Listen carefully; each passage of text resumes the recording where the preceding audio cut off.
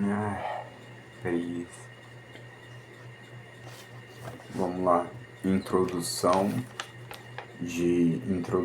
a respeito de Maleus Maleficarum, né?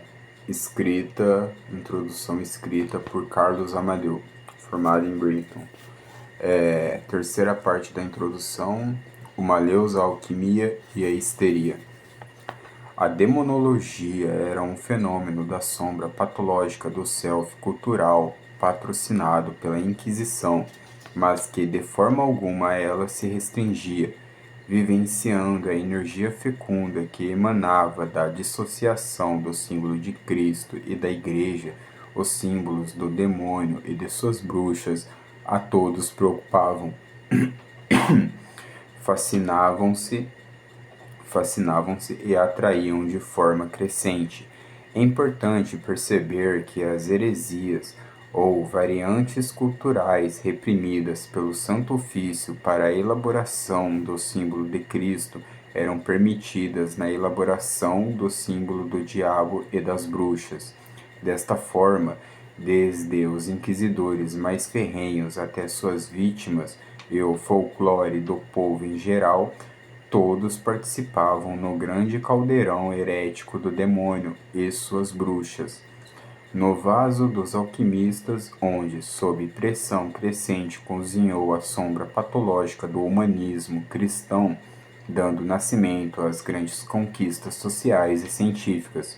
Neste caldeirão ferveram dentro dos símbolos do demônio e das bruxas, além de todas as heresias, passagens do Velho Testamento referentes a Satã, lendas de outras culturas e principalmente das culturas próprias de cada região antecedentes ao cristianismo e por ela reprimidas, superstições, conhecimentos novos trazidos pelos alquimistas e pensadores, crenças esotéricas as mais variadas fábricas pelo dia a dia da fértil imaginação popular, espicaçada pela ameaça de perseguição dos inquisidores e pela curiosidade do material reprimido.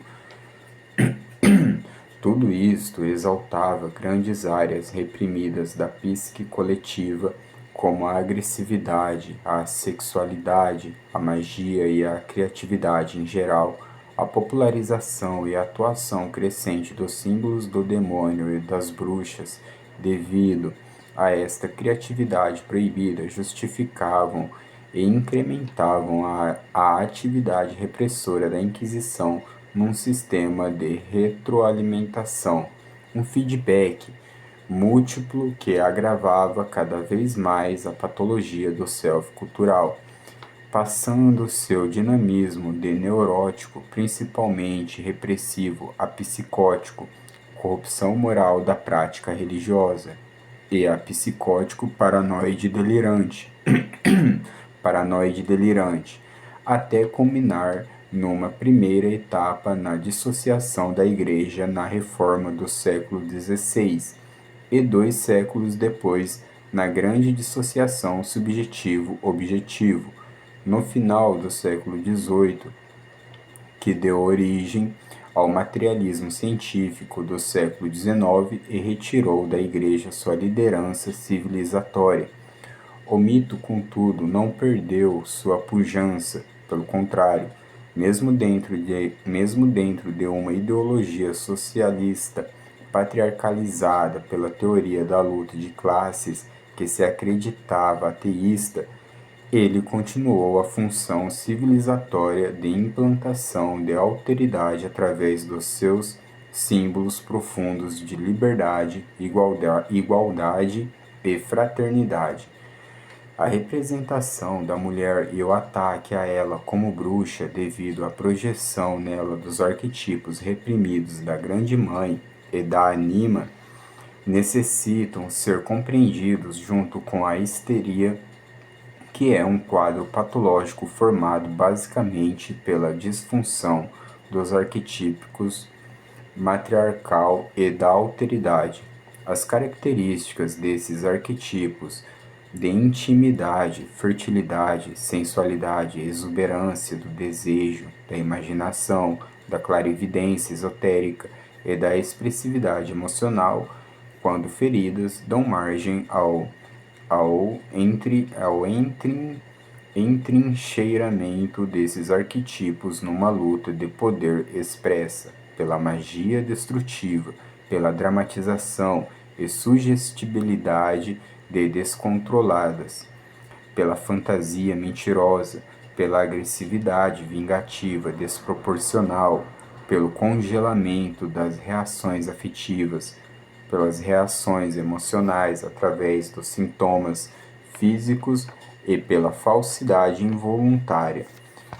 Na dominância patriarcal, as funções matriarcais são pejorativamente projetadas nas mulheres na tríade cozinha, casa, igreja.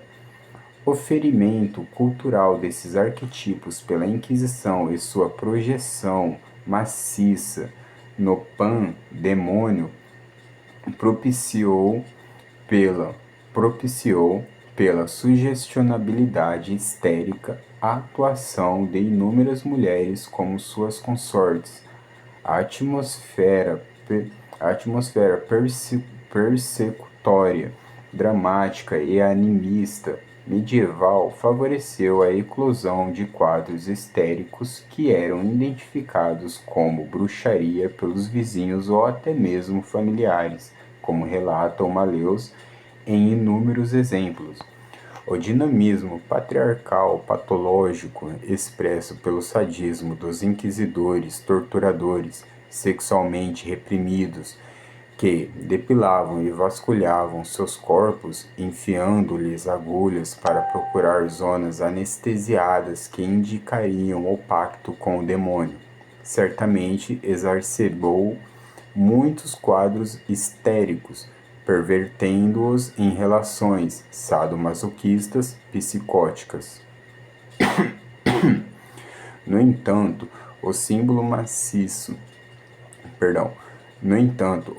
máximo da sombra patológica como expressão da dissociação psicótica do self cultural do Ocidente durante sua cristianização foi a matança dos hereges na fogueira e na forca. O delírio psicótico paranoide, apesar de gravemente enfermo, ainda protege o ego, porque projeta no outro as tendências ameaçadoras do self. Quando, porém, o próprio delírio projetado é também exercido francamente pelo ego, a gravidade da patologia se torna extrema, pois é o sinal de que a defesa paranoide está fracassando e os conteúdos projetados estão dominando o ego. Dominando o ego.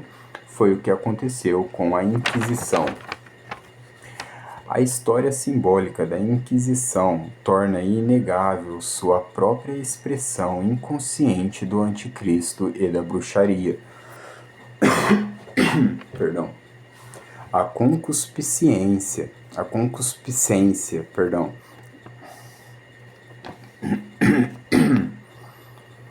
A história simbólica da Inquisição torna inegável sua própria expressão inconsciente do anticristo e da bruxaria, a concupiscência do poder unificador, a intolerância, a repressão dos arquetipos matriarcal e da alteridade, a corrupção psicótica moral e ideológica dos arquetípicos do pai e da alteridade, que deformou em tantos aspectos a mensagem cristã, representam a atuação da sombra patológica. A patologia cultural foi se agravando século a século, manifestada na projeção dos aspectos negados e reprimidos de Cristo sobre o demônio e suas bruxas e racionalizada pela devoção a Cristo e à Igreja. Tudo era feito em nome de Cristo e de sua Igreja, cujos símbolos, apesar de enfraquecidos, eram inicialmente mantidos na luz.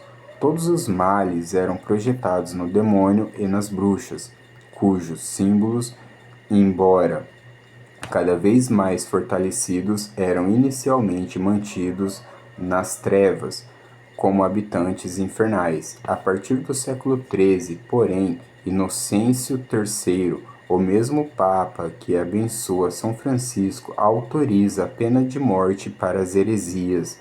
O demônio que passa a se chamar Lúcifer, aquele que traz a luz, e Cristo, o Carneiro que se sacrifica pelos pecados do mundo, a serem confessados e absolvidos em sua igreja, passa a ser invocado para empunhar a espada do genocídio dos albigenses e instituir a prevenção e a limpeza cultural da peste da heresia.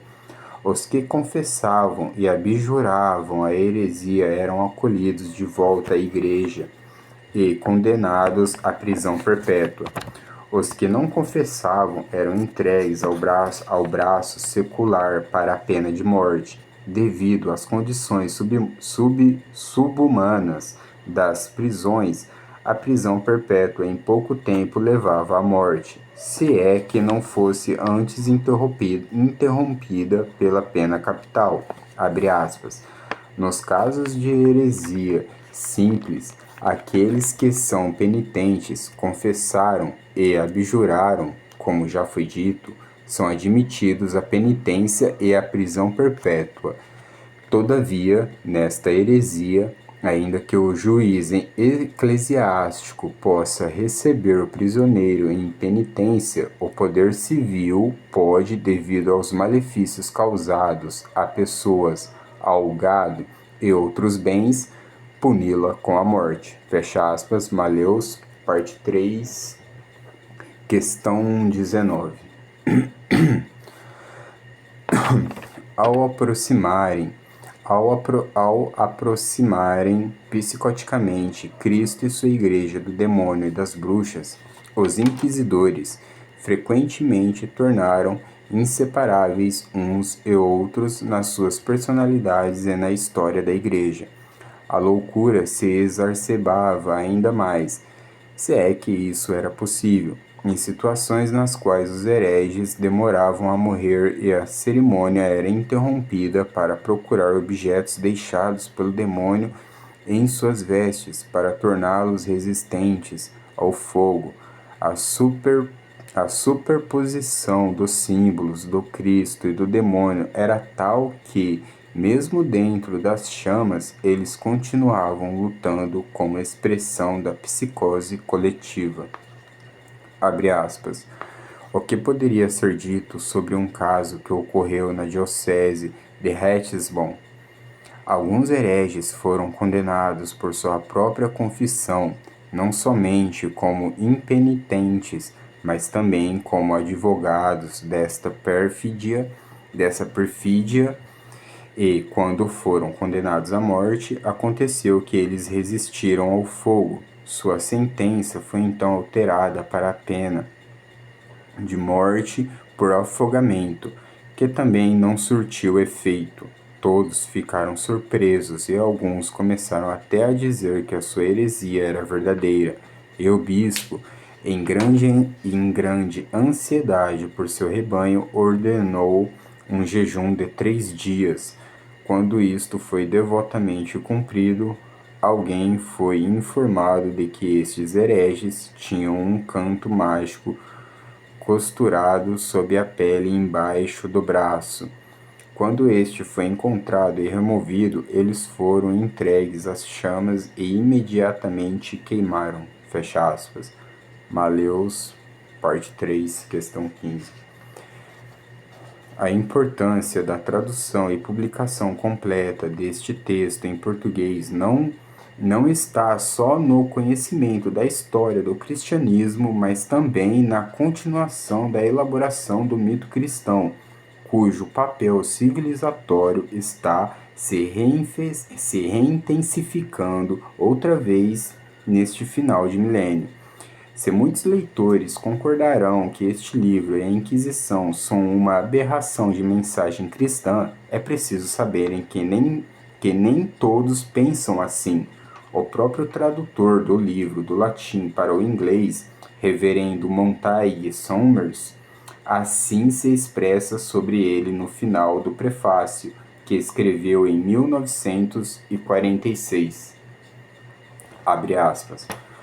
O certo é que o Malleus Maleficarum é o mais sólido e o mais importante trabalho em toda a vasta biblioteca escrita sobre bruxaria. Voltamos a ele sempre com edificação e interesse, do ponto de vista da psicologia, da jurisprudência e da história. Ele é supremo. Podemos mesmo dizer, sem exagerar, que os escritores que o sucederam, grandes como possam ser, fizeram pouco mais do que retirar destes poços de sabedoria aparentemente inexauríveis que os dois dominicanos, Henrik Kramer e James Springer, nos deram no Malleus Maleficarum. Fecha aspas. Abre aspas. O que mais surpreende é a modernidade do livro. Praticamente não existe um problema, um complexo, uma dificuldade que eles não previram, discutiram e resolveram. Fecha aspas. Abre aspas. Aqui estão casos que ocorreram nas cortes de hoje, apresentado com a maior clareza, arguidos com lógica exemplar e julgados com imparcialidade escrupulosa. O Malleus Maleficarum é um livro escrito sobre a influência da eternidade. Fecha aspas.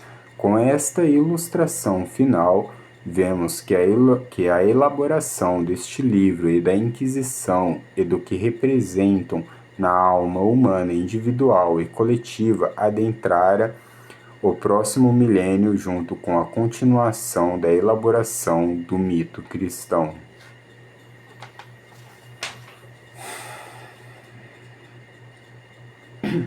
Tá.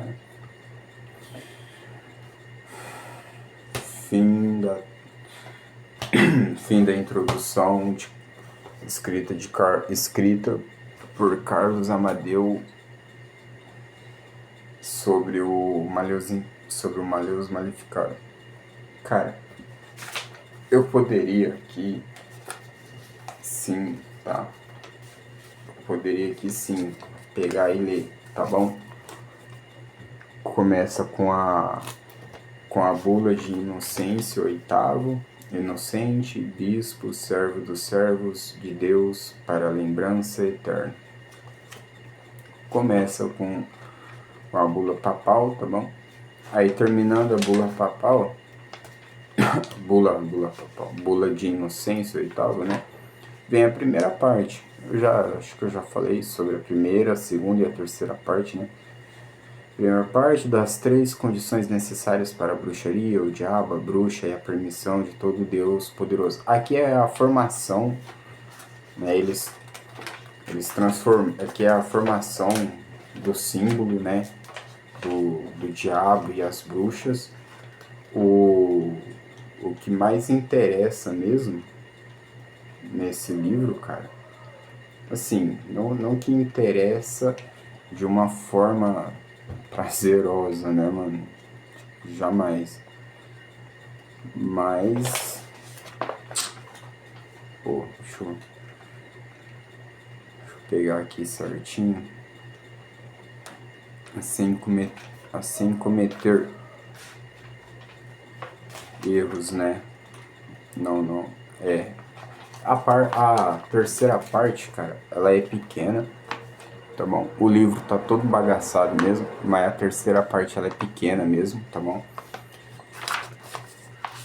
Terceira parte, não sei se tá dando pra ver aí.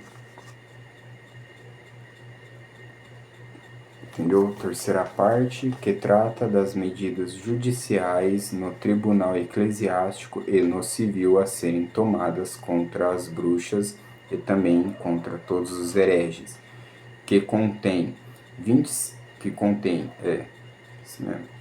35 questões, na verdade, né, são 35 questões, onde são clarissimamente definidas as normas para a instauração dos processos e onde são explicados os modos pelos quais devem ser conduzidos e os métodos para lavrar as sentenças. Então, assim, Isso aqui é para construir o símbolo, tá bom? Isso aqui é para construir o símbolo e confirmá-lo, né, dentro do self cultural e do individual. E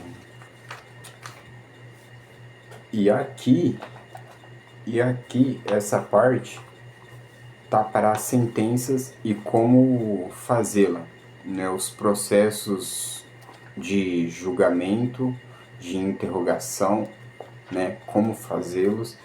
E tipo, ele é bem curto, porque, como já próprio diz a introdução, tem um sadismo, né, uma psicose nele tão grande, cara, tão grande, que você praticamente não precisa, entendeu? Estendê-la tanto assim, sabe? Você não precisa criar símbolos e mais símbolos para uma questão de tortura, quando você já criou o símbolo entre a questão do bem e do mal, aquele que pratica o bem e o mal, aquele que pratica o mal, tipo, você não se importa. Foi construído aqui, no qual, quando você chega a esta terceira parte, você não se importa com a questão de ética, entende? Você entende que o mal deve ser punido, então você não enxerga aquela pessoa como um ser humano, mas como o mal, a ação, a própria ação da palavra. Então, independentemente dos métodos serem éticos ou não, né, você não se importa. Você não se importa. Você simplesmente vai e faz o que tem para fazer, entende? Se você tiver que um homem, se você tiver que ir lá e depilar todas as partes íntimas da mulher, investigar, entendeu?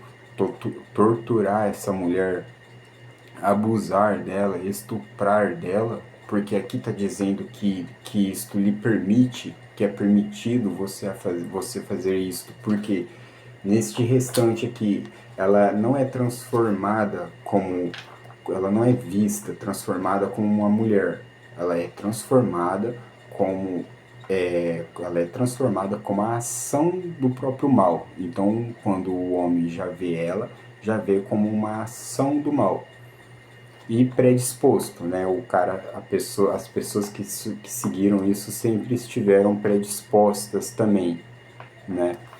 Não que foram totalmente transformadas nisso. Mas, cara, aqui no comecinho tem as considerações gerais à guisa de introdução dos juízes justa e propriamente indicados para o julgamento das bruxas. Enfim, cara, aqui é bem toda essa parte, todo o texto em si, ele ele é bem pesado, ele é bem bastante complexo também, tipo, mas não tão complexo na verdade. Não é tão complexo não. Ele é mais pesado mesmo para ser digerido, né? Perdão, digerido. Porque, cara, isso aqui não é bem um livro, entende? Não é bem um livro. Isso aqui é um manual, entende? Isso é um manual para construção e desconstrução de um símbolo, né? Ou de algo e para métodos de tortura, de abusos, estupros, enfim. Tipo, isso daqui foi uma das maiores vergonhas, né? Acredito eu, a igreja, tanto os católicos, protestantes, a igreja em si, que se a igreja em si, né, se hoje ela de fato mudou, eu acredito que este livro aqui seja um dos livros não, né? Este manual seja um dos manuais que mais envergonharam e envergonham a igreja, né, que deixam a igreja envergonhada. Porém, por mais que seja vergonhoso, é necessário expor esse tipo de conteúdo, de deixar ele acessível.